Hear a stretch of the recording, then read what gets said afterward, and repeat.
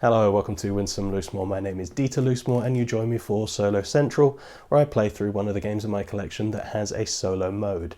Today is a tiny little game, very few components indeed, just comes in this little slipcase, that's it. It's not a button shy though. This was released by Stonemaier Games, almost as kind of a promo. It is a game in and of its own right, designed for one or two players.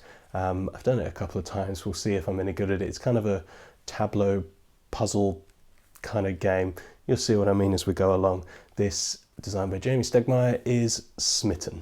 So here's basic setup. The aim of the game is to complete two 3x3 grids that match. Actually, the final image is, I know there's some stuff covered up by the banding, but the image you can see on the little case, with decent art by Vincent Dutray as well.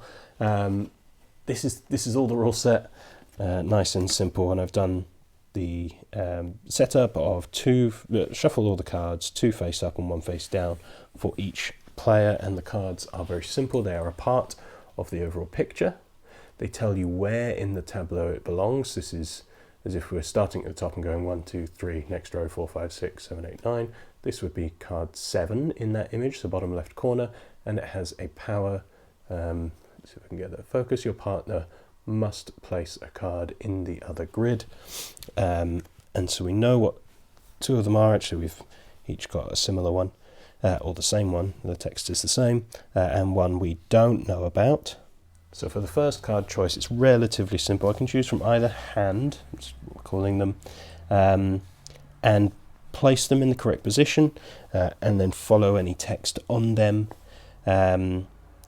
The issue after the first card is that any new card that you play must be orthogonally adjacent to one of the existing cards.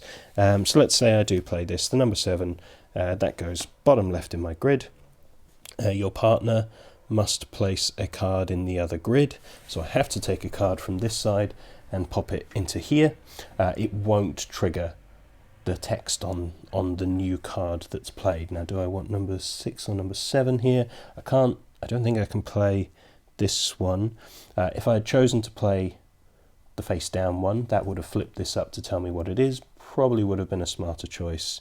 But let's go with number 6. So that's going to be about there.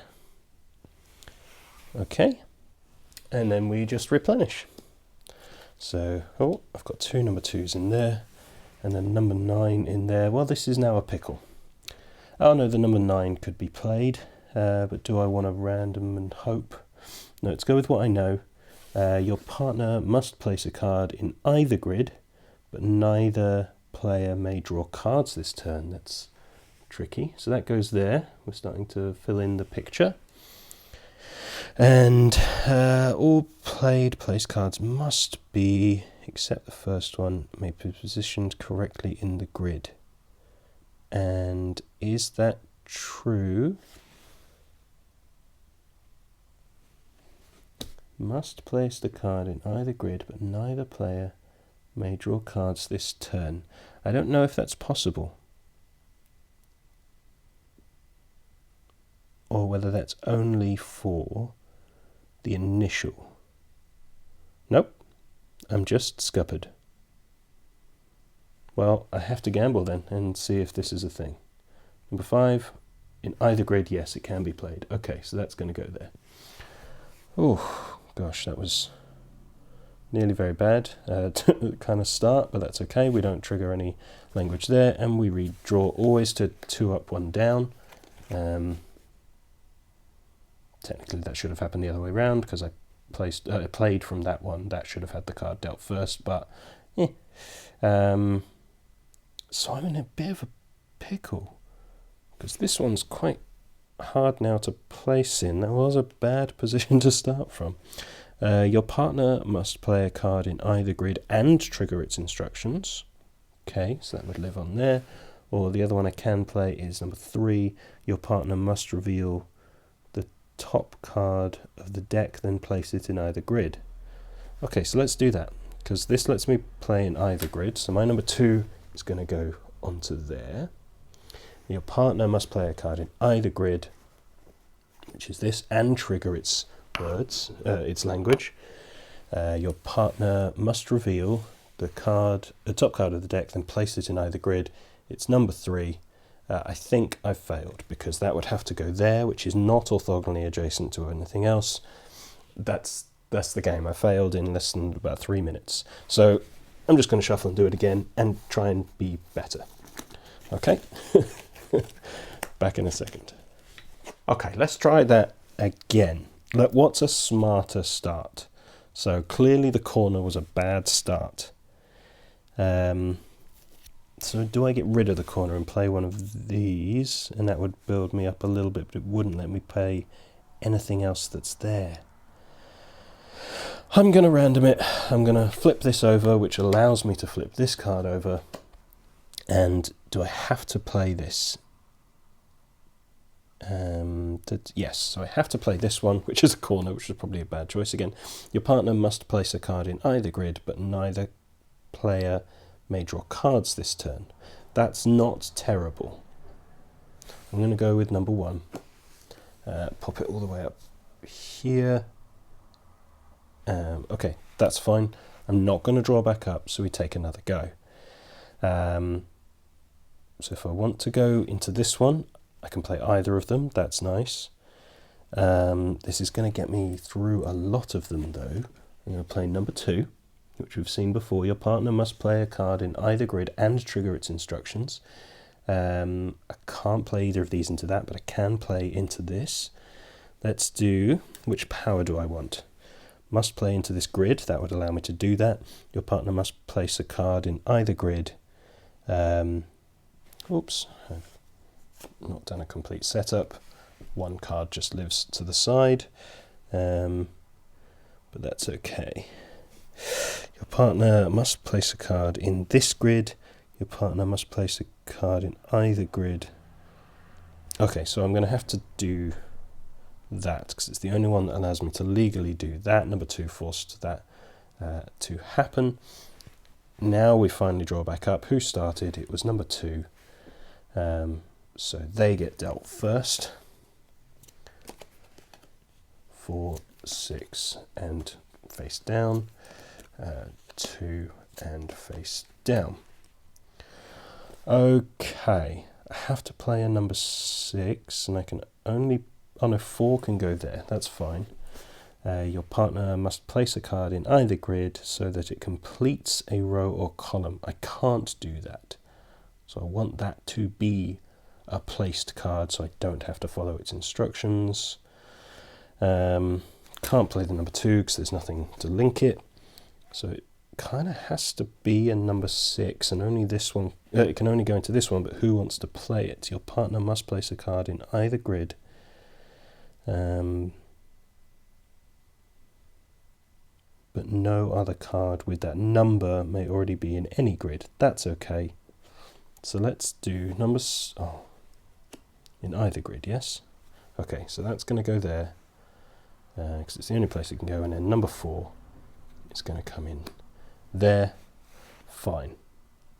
They played first, so they get the number 3, that's nice. And the number 7, it's going to be hard work to get there, but... Oh, I see. I am thinking about this all wrong. Anywho, it's kind of all I have to do is to pop that there. Must reveal the top card of the deck. They're not going to play one. Number 5, perfect. Let's pop it in there because this is less flexible. Place it in either grid. Fine. And then this deals up because that was that whole go. Okay, we're getting there. We're getting there. This might actually work out. This is going to be a tricky one to place because I need either of these. I can now place the 1 or the 6 card in either grid, but no other card of that number can be in any grid. So I can't play the 6 because the 1 or the 2 is trouble. Number 1, your partner must reveal 1 card from their hand, then place another card in either grid.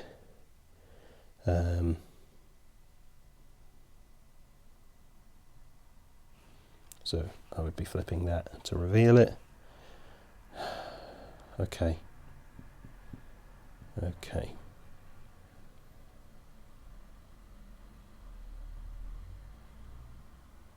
In either grid, so that allows me to play the 6. Okay, so we flip that, we pop that in, sorry, which allows me to flip this, nice, and number 5, and then we put a different card in, that's going to be number 6.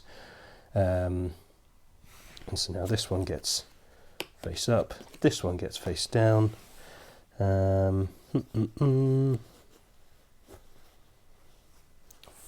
Fine, am I in a position where I can just flip and it will work? What can't I can place the 2 and the 3, I can place the 4, can't place the 7, but the 7's are already here, so that's fine. So yeah, I'm in a position that I can just flip and just do whatever it says. Apart from that one. But because your partner must reveal the top card of the deck. There is no more deck. That was it. But, is that it? So lose instantly if neither hand can play a card, or if you try to play a card face down, it turns out to be impossible to play legally, or if a partner can't follow the instructions on a played card. So I lost because I flipped this hand instead of this hand, because this hand would have been, your partner must place a card in this grid, which would have been super easy. So I've lost, but I'm just going to show you that if I had done that and played that one, must play a card in this grid, that would be that one, and then we'd keep going. That one has to be one that I play later. Choose a higher or... Oh, it actually is the combination of powers such that I can't win anyway. Your partner must place a card in either row so that it completes a row or column. Oh, yeah, that's fine. So that would go there, which would place that there. So I would have lost either way, because even by placing this, forces me to do this and try, because and trigger its instructions. I can't draw from deck, so no matter what I did. And then if all that was done, this just would prove that I win, because the one card would have gone out. So I lost either way. Okay, that's fine, but you see a nice, cool representation of many of the Stonemaier games. Obviously it's on a scythe mech. We've got some Euphoria and Tapestry, My Little Scythe, Charterstone, and Pendulum, and Viticulture, and his cats. I assume that's Wingspan. But there we go, just a micro game that they released for their 10th anniversary, that is Smitten. I lost, but I tend to. Thank you for watching. I hope you join me for the next Solo Central and other videos that I do. Do consider follow, liking, sharing, subscribing, all the usual things. But until next time, thank you for watching. I've been Dieter for Win Some, Lose More. Bye.